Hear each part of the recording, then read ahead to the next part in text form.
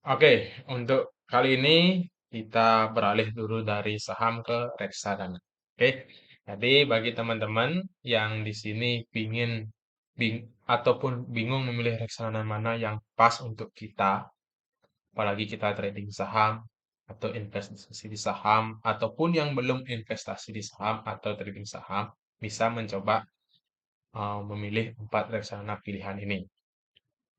Dan teman-teman bisa diversifikasi dari saham ke reksadana agar mendapatkan keamanan dan kenyamanan. Oke, kita langsung saja. Sebelum kita membahas lebih jauh, kita tahu sendiri kan ada banyak jenis reksadana. Ada reksadana pasar uang, ada reksadana pendapatan tetap, kemudian ada reksadana campuran, reksadana saham, dan reksadana indeks. Kalau di pasar uang, itu uang kita ditabungkan atau diinvestasikan ke deposito atau obligasi yang jatuh temponya kurang dari 1 tahun. Kalau pendapatan tetap, itu artinya uang kita akan diinvestasikan ke obligasi atau surat utang negara. Kemudian reksana campuran berarti uang kita akan dialokasikan ke pasar uang, pendapatan tetap atau obligasi ke saham. Kemudian reksadana saham udah pasti, saham. Uang kita akan diinvestasikan ke saham. Dan indeks itu artinya uang kita akan diinvestasikan ke saham-saham yang masuk indeks tertentu. Sedangkan untuk saya sendiri, saya pilih yang mana? Dari sini biar lebih mengkerucut nanti saya pilih yang pertama adalah reksadana pendapatan tetap. Artinya kan uang kita akan diinvestasikan ke obligasi. Sedangkan saya sendiri yang masih trading saham atau investasi saham dan belum masuk ke obligasi. Secara langsung artinya ketika kita investasi ke reksadana pendapatan tetap, berarti kita juga ikut membantu negara membeli obligasi negara melalui mana? Melalui reksadana pendapatan tetap. Atau kemudian selanjutnya yang saya pilih adalah reksadana indeks. Kenapa bukan saham? Karena reksadana indeks itu lebih mengkerucut saham-saham yang dipilih. Jadinya mereka manajer investasi hanya bisa memilih saham-saham yang masuk indeks tertentu yang mereka sudah pilih sebelumnya. Ada indeks Rika Hati, ada indeks IDX 30, seperti itu. Makanya saya milih dua alasan ini. Kemudian kita lanjut kriteria reksadana pilihan. Yang pertama, tentu ini paling penting bagi saya, itulah dana kelola lebih dari 1 triliun. Bagi saya ini menunjukkan kepercayaan orang untuk memilih manajer investasi yang dana kelolanya lebih dari 1 triliun. Kemudian yang kedua, untuk reksadana pendapatan tetap minimal 10% dialokasikan ke deposito atau obligasi di bawah 1 tahun. Artinya apa bagi saya? Artinya ketika saya memilih reksadana yang ada 10%-nya dialokasikan ke deposito, berarti saya juga menginvestasikan uang saya ke reksadana pasar uang secara tidak langsung melalui reksadana pendapatan tetap yang nanti kita pilih. Kemudian untuk reksadana indeks itu saham yang harus sudah mapan. Artinya sudah mapan itu apa? Rajin membagikan dividen. Dan kenaikan sahamnya terjadi bukan karena aksi korporasi. Jadi saya nanti akan memilih reksadana atau manajer investasi yang dimana tidak ada saham-sahamnya yang naik itu karena aksi korporasi. Misalkan kemarin itu ada Arto yang naiknya cukup tinggi, atau enggak ASA, ASSA yang juga naiknya cukup tinggi, itu lebih karena sentimen pasar, bukan karena fundamentalnya. Jadi yang sudah mapan itu misalkan contoh BBRI, Bank BRI, atau BBCA. Oke, yang nggak mapan tapi masuk indeks misalkan saham GoTo. Kan mereka belum bisa mencetak laba. Tapi bukan berarti saham GoTo itu jelek. Tapi bagi saya untuk saat ini saya belum berani untuk menginvestasikan saham, maaf, menginvestasikan reksadana yang ada saham-saham seperti itu.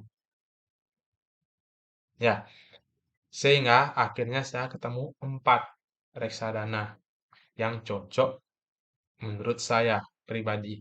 Mungkin teman-teman bisa menjadi eh, bahan pertimbangan untuk teman-teman yang ingin investasi di reksadana. Oke, yang pendapatan tetap itu ada Sukor Investable Fund, kemudian ada Manulab Obligasi Negara Indonesia kelas 2A. Jadi, ini saya sudah pastikan terakhir dua reksadana ini dana kelolanya lebih dari 1 triliun. Oke, kemudian ada reksadana indeks itu ada BNP Paribas Sri Kahati, berarti indeks Sri Kahati yang dipakai. Ya, kemudian yang kedua Selendra MSCI Indonesia Value Index Fund kelas A. Jadi indeks MSCI Indonesia yang digunakan. Oke, kenapa saya akhirnya memilih 4 reksadana ini? Mari kita bedah satu-satu. Yang pertama, Sukor Invest. Kita tahu sendiri bisa diperhatikan di bawah itu yang di sini. Untuk Sukor Investable Fund itu 10%, 10,11% itu uang kita akan didepositukan sesuai dengan kriteria saya tadi. Kita cari apa namanya reksadana pendapatan tetap yang minimal 10%-nya didepositukan. Sehingga saya milih Sukor Invest Stable Fund. Kemudian yang kedua itu ada Manulife Obligasi Negara Indonesia kelas A. Sama, karena di pasar uang dia 13,85%. Oke, kira saya milih dua reksadana ini yang akan saya investasikan untuk tahun depan. Saya sudah investasi di sini, di Sukor Invest Stable Fund. Kemudian yang ketiga itu ada BNP Paribas Sri Kandi. Kenapa saya milih ini? Bisa diperhatikan di sini. Susunan 10 besarnya itu tidak ada saham-saham yang fundamentalnya jelek, artinya sudah mapan, ataupun kenaikan harganya bukan karena aksi korporasi. Ya, contohnya ada Astra, di sini ada BCA, Mandiri, BNI, BRI, Indofood, Telkom, ada United Tractor. Oke, itulah alasan saya kenapa saya merekomendasikan BNP Paribas Sri Kandi. Kemudian ini adalah laporan keuangan di tahun lalu, di tahun 2021. Bisa teman-teman perhatikan di sini saham-saham selama 2021 itu tidak ada saham-saham yang kenaikan harganya itu atau fundamentalnya jelek. Oke, kemudian kita lanjutkan di reksadana Sailendra MSCI Indonesia. Kita perhatikan di sini 10 sahamnya itu bagus-bagus, ada Indofood, ada Telkom, United Tractor juga, ada Astra, Bank Mandiri, Bank BNI, Bank BRI. Bagi saya ini bagus reksadananya. Jika kita perhatikan lagi untuk laporan keuangan di tahun lalu, sama juga sebagian besar dana kelola uang kita akan diinvestasikan ke saham-saham yang sudah mapan dan rajin memberikan dividen setiap tahunnya. Ini bisa diperhatikan. Ada Telkom, ada TOWR, Sarana Menara Nusantara Tbk. Kemudian jika kita perhatikan juga uang kita akan didepositukan walaupun persentasenya kecil, yaitu sebesar 0,32% dari keseluruhan. Oke, itulah alasan saya merekomendasikan 4 reksadana ini. Kemudian, gimana cara kita menabung? Kalau jadi menabungnya tiap bulan setelah gajian. Itu yang pertama yang saya lakukan selama 3 atau 4 bulan yang lalu. Kemudian menabung dengan, nah ini pilihan ya, menabung dengan sama rata keempat reksadana pilihan.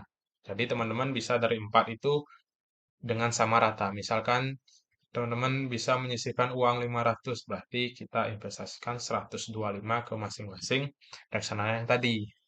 Atau kalau yang saya lakukan ini ya, menabung ke salah satu reksadana. Jika reksadana yang ditabung bulan depannya sudah mengalami keuntungan, maka menabung di reksadana pilihan yang lainnya. Jadinya misalkan saya sudah menabung di Sukor Invest. Sukor Invest untuk bulan ini sudah untung. Jadi saya nggak menabung lagi uang saya ke Sukor Invest. Tapi saya saya sudah punya Sailendra dan di Sailendra itu saya mengalami kerugian. Berarti saya akan bulan ini menabung di Sailendra. Misalkan sekarang bulan depannya ternyata keduanya sudah untung, maka saya pilih antara antara dua BNP Paribas atau enggak Manulife. Oke, saya akan pilih bebas yang mana aja. Nanti saya pilih aja. Jika misalkan nanti keempatnya ternyata mengalami keuntungan, saya akan pilih nanti keuntungan yang paling kecil. Itu cara saya. Cara menabung teman-teman silahkan antara mengikuti cara saya atau yang menabung sama rata. Keempat reksadananya. Jadi kalau punya uang 1 juta berarti 250.000 ke masing-masing reksadana. Silakan, itu pilihan teman-teman. Oke, kita lanjutkan. Ini buktinya. Saya sudah menabung karena saya sudah gajian. Ya, sudah gajian dan saya nabung 500.000 ke Sailendra untuk bulan ini. Bulan depan kita nggak tahu. Kita lihat nanti situasi dan kondisinya.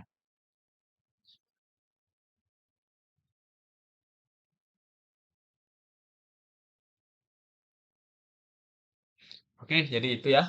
Sudah saya lakukan pembayaran. Kita tinggal menunggu dari pihak Bareksa untuk mengapprove-nya, untuk melakukan pembelian ke reksadana Sailendra.